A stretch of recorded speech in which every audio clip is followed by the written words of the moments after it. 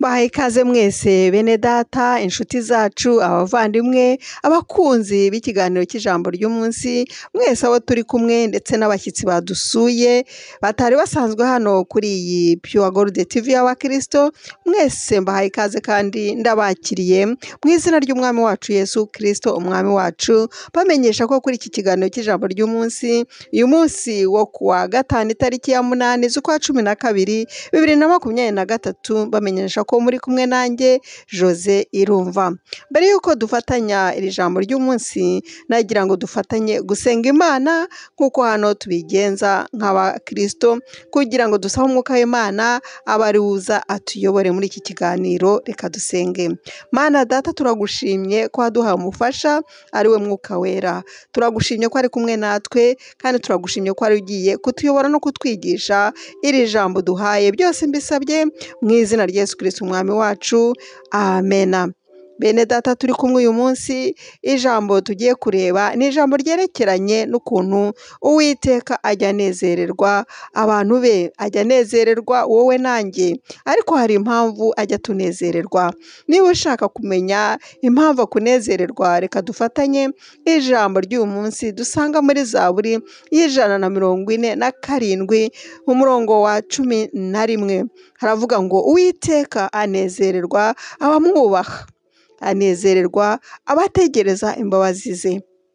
Ese kubaha Imana ni gute kugira ngo tugere ku rwego rwo kugira ngo Imana ibe yatunezererwa nk'uko itubwiye muri aka kanya? Ijambo ry'Imana ni ukuri, ijambo ry'Imana ryahumetse nayo, ni ukuvuga ngo niko biri, tubyemere. Uwiteka ajya kureba akakunezererwa, cyane cyane iyo wamwubashye. Ese wamwubaha ute? Kubaha Uwiteka cyane cyane mbere na mbere ni ukumumenya. Uko wamumenya rero ni ukwakira umwami Yesu Kristo, nk'uko ijambo ry'Imana ritubwira muri Yohana 16:3, ngo kuko Imana yakunze abantu bose bo mu isi yaremye, noneho ikabaha uwo mwana wayo w'ikinege, umwizera wese ahabwa ubugingo buhoraho. Kandi ahandi ijambo ritubwira ko Yesu Kristo niwe nzira n'ukuri n'ubugingo. Yesu Kristo yaje kuduhuza n'Imana. Ni ukuvuga ngo Uwiteka Imana data wa twese, uyu munsi wa none irongera kwibutsa abatari bayimenya yuko uzayimenya ari ukunyuze kuri Yesu Kristo, niwe waje kutwunga nayo. Wavuga utese aranyunga n'Imana, nayikoreye iki? Dusomye mu ijambo ry'Imana n'ubundi mu itangiriro, dusanga iyo hari inkuru yerekeranye n'umuntu wa mbere Imana yaremye, ari we Adamu na Eva, wari umugore we cyangwa se wari umufasha. Abo ngabo nibo bakoze icyaha mbere yacu tutarabaho. Icyaha kiba inkomoko, kiba inkomoko, bakora ibyangwa n'Uwiteka, bakora iby'Imana yababujije. Nuko niyo mpamvu icyo cyaha cyinjiye cyo kutubaha Imana.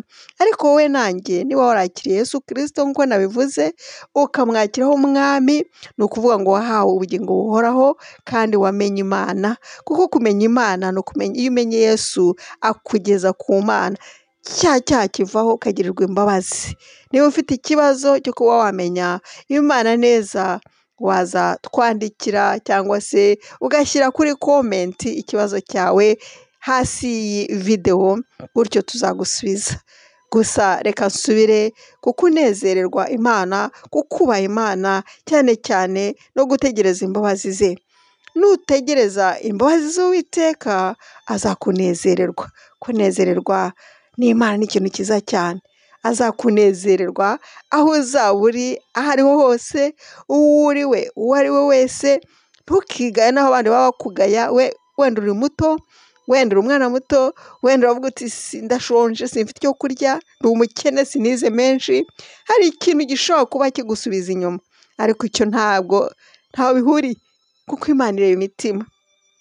Dore nta mashuri bashyizemo, dore ko abantu tujya dukunda kwitwaza amashuri ngo ntabwo nize, sinzi gusoma, sinkize, ugasanga hari inzitwazo nk'izi. Ariko icyo ntabwo Imana yakivuzemo, ibyo byose ntabwo byavuzwe. Umurongo wa 11, Zaburi 147, haratubwira ngo Uwiteka anezererwa abamwubaha.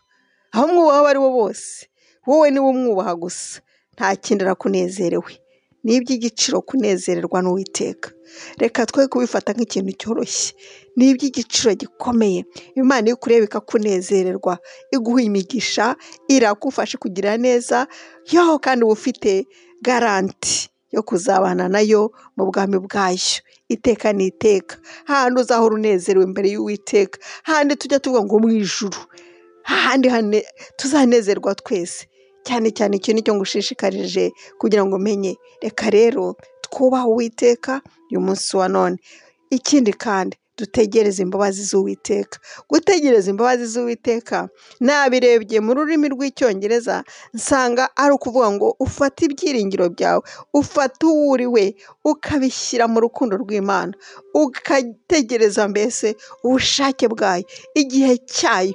Ntugire ikindi wizera, ntugire ikindi wiringira, ntujye mu bigirwamana, ntiwizere umuntu, ahubwo ugira ibyiringiro mu Mana. Tegereza imbabazi z'Imana, tegereza igihe cy'Imana. Nutegereza igihe cy'Imana izakunezererwa.